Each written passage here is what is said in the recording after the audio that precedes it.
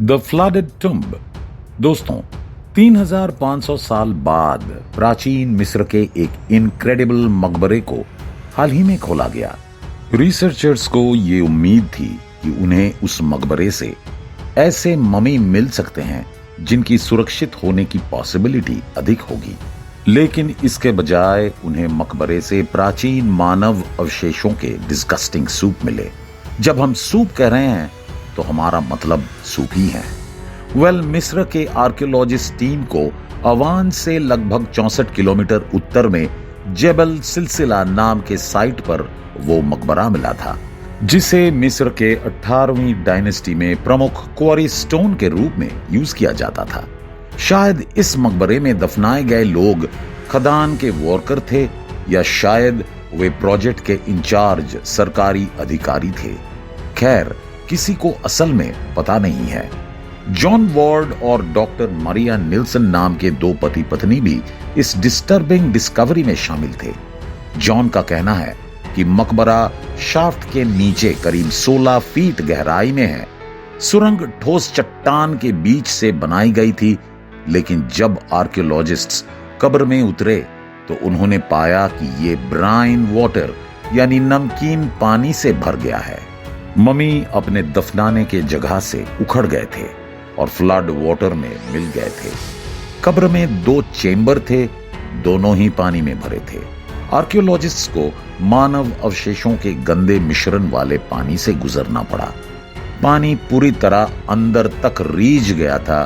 Human के actual soup से किसी भी प्रकार के वैल्यूएबल इंफॉर्मेशन लेना कठिन हो गया।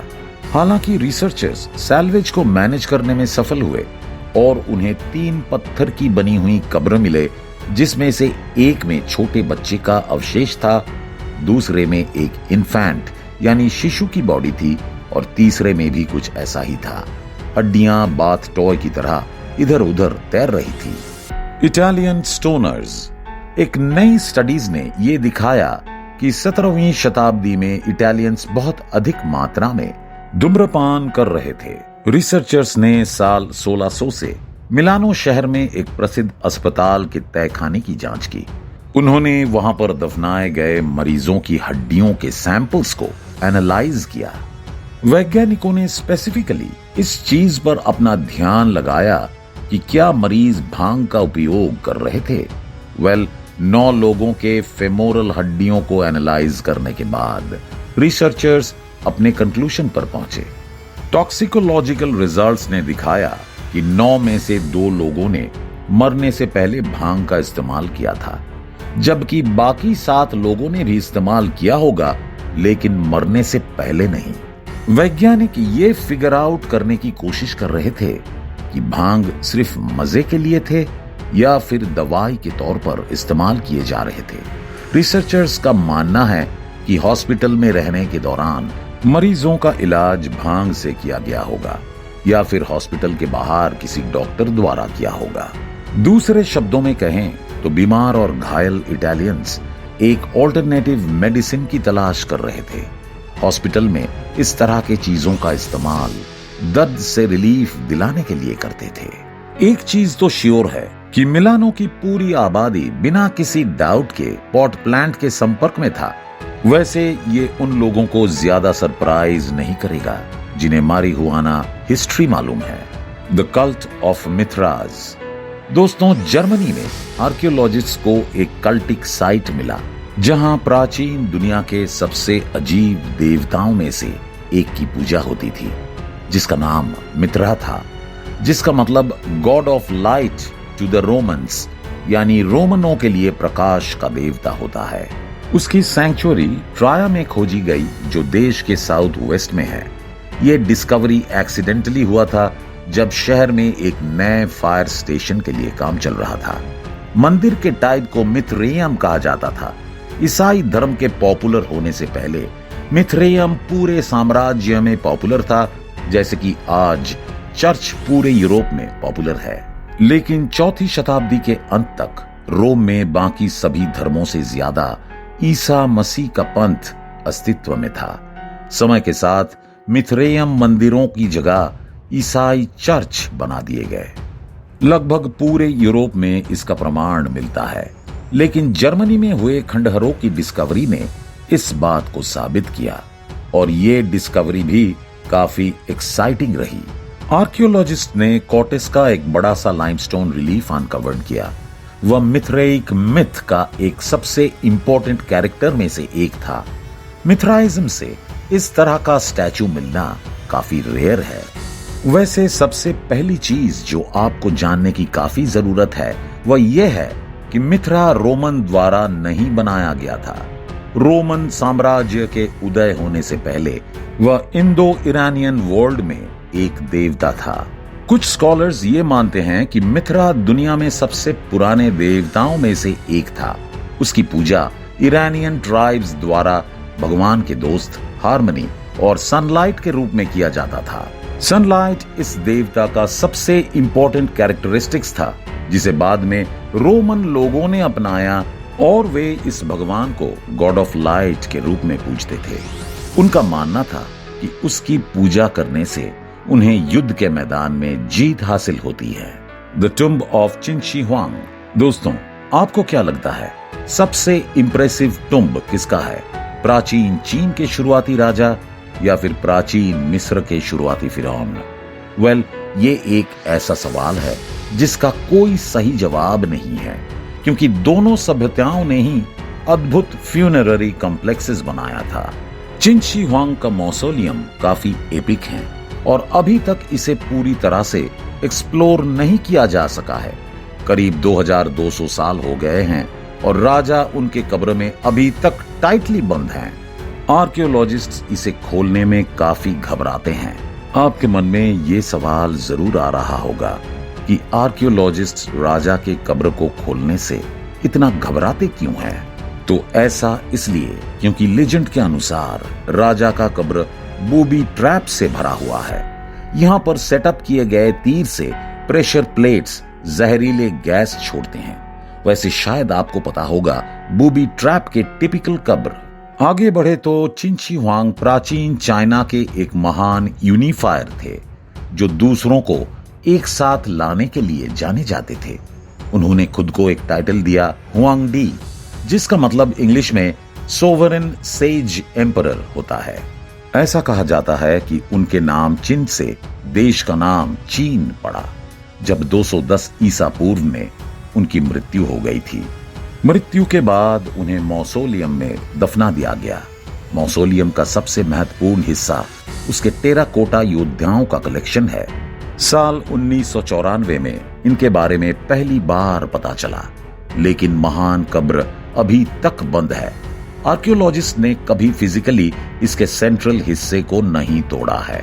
ऐसा माना जाता है कि राजा की बॉडी इसी कब्र में सुरक्षित है। इसके अलावा ऐसा लिखा गया है कि मौसोलियम को बनाने के लिए करीब 7 लाख लेबर्स का इस्तेमाल किया गया था, जो गिजा के पिरामिड को बनाने वाले लेबरों से 7 गुना ज्यादा है। Pre historic vegetarians. दोस्तों, एक अद्भुत खोज ने प्री हिस्टोरिक वेजिटेरियंस की सच्चाई का खुलासा किया है।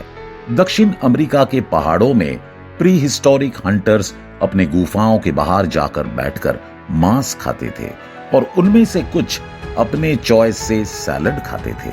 रैंडी हैस नाम के एक आर्कियोलॉजी के प्रोफेसर ने पेरू के साइट से 24 शवों को डिस्कवर किया। वे इस चीज को ढूंढने में कामयाब हुए कि उस समय लोग क्या खाते थे। उन्होंने ऐसा शवों के दांतों के ऊपर बने पैटर्न और उनके हड्डियों की आइसोटॉपिक कंपोजिशन को एनालाइज करके पता लगाया था। 24 लोग करीब 9000 और 6500 साल पहले के बीच रहते थे। उनकी डाइट में 80% प्लांट मैटर और 20% मांस शामिल थे, हालांकि कोई भी प्लांट मैटर नहीं। दांतों की जांच करने के बाद पता चला कि काफी मात्रा में वे ट्यूबर्स यानी कंद चबाते थे। ट्यूबर्स ऐसे पौधे होते हैं जो कुछ हद तक आलू की तरह जमीन में भी उगते हैं, लेकिन स्टोन एज के अंत के साथ वे इस्तेमाल से बाहर हो गए। जो वैज्ञानिकों को नहीं पता है वो यह है कि पेरुवियन एंडिस के लोग मांस की तुलना में प्लांट्स अधिक मात्रा में क्यों खाते थे। शुरुआती सबूत ये बताते हैं कि खाने के लिए भरपूर मात्रा में मांस होने के बावजूद वे लोग प्लांट खाना अधिक पसंद करते थे। शायद वे आलसी थे या फिर मांस खाने के बजाय उन्हें ट्यूबर्स अधिक टेस्टी लगते थे। Another Amazonian city.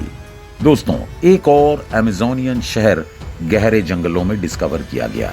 अगर आप न्यूज या फिर हिस्ट्री चैनल देखते होंगे तो शायद आपने अमेजोन के जंगलों में मिले शहरों के बारे में सुना होगा।